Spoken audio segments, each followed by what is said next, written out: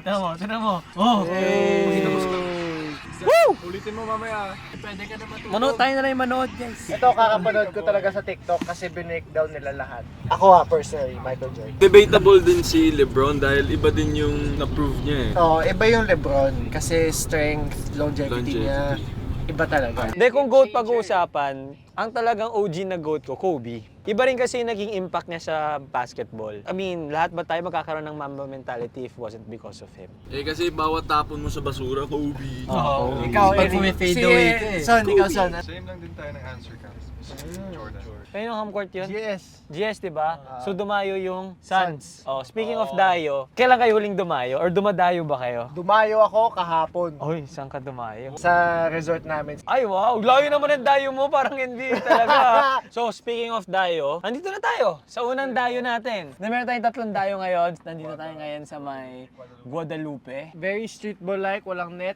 About to go down. Ano lang, pero importante syempre, you just have fun, enjoy, share yung feels, share the fun this Christmas. Marami tayong dapat abangan this Christmas. Marami tayong games na dapat abangan this Christmas through the Disney app. So, nandiyan ang mga NBA Christmas games. Let's go, Knicks! If you guys are looking for if you're looking for an app na pwede niyong panoorin ng NBA games, yan ay Disney Plus. So meron tayo dyan Warriors versus Mavs, Knicks versus Cavs, Timberwolves versus Nuggets, Lakers versus Rockets. Yan na, 5 games, di ba?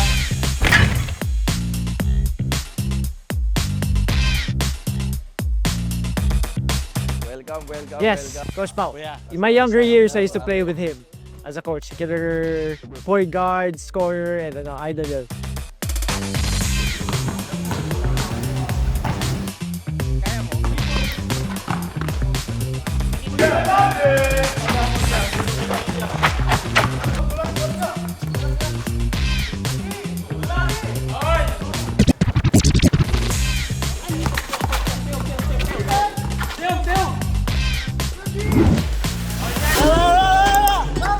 Lahat ng mga athletes from around the world, ito yung pinupuntahan nyo. Di ba Kobe pupunta dito? LeBron James, lahat ng mga NBA stars. Thank you, Disney Plus.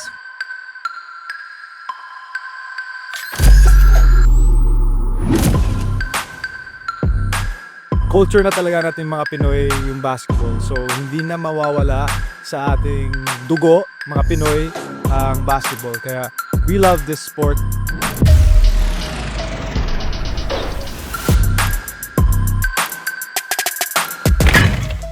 Nasa Gameville na tayo.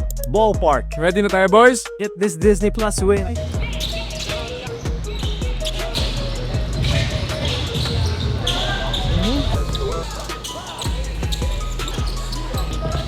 Dito medyo lugi kami sa height advantage kasi mas matangkad sila sa amin, small ball lang kami, ganyan. Pero dinaan na lang namin sa bila sa sipag, yun na.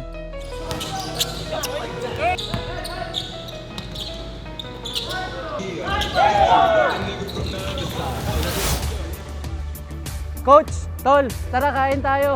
Pasasalamat lang po namin sa pag-imbita niyo sa tournament. Yung games today is all sorts of people, all sorts of competition.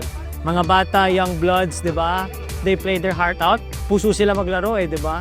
And then you played with the veterans, whatever age they are now.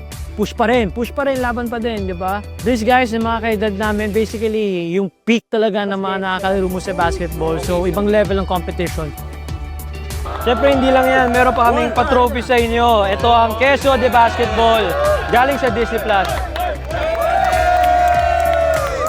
Filipinos eat, sleep, breathe basketball, and I feel like it's second nature for us. Just being a part of the culture is mind-blowing for me.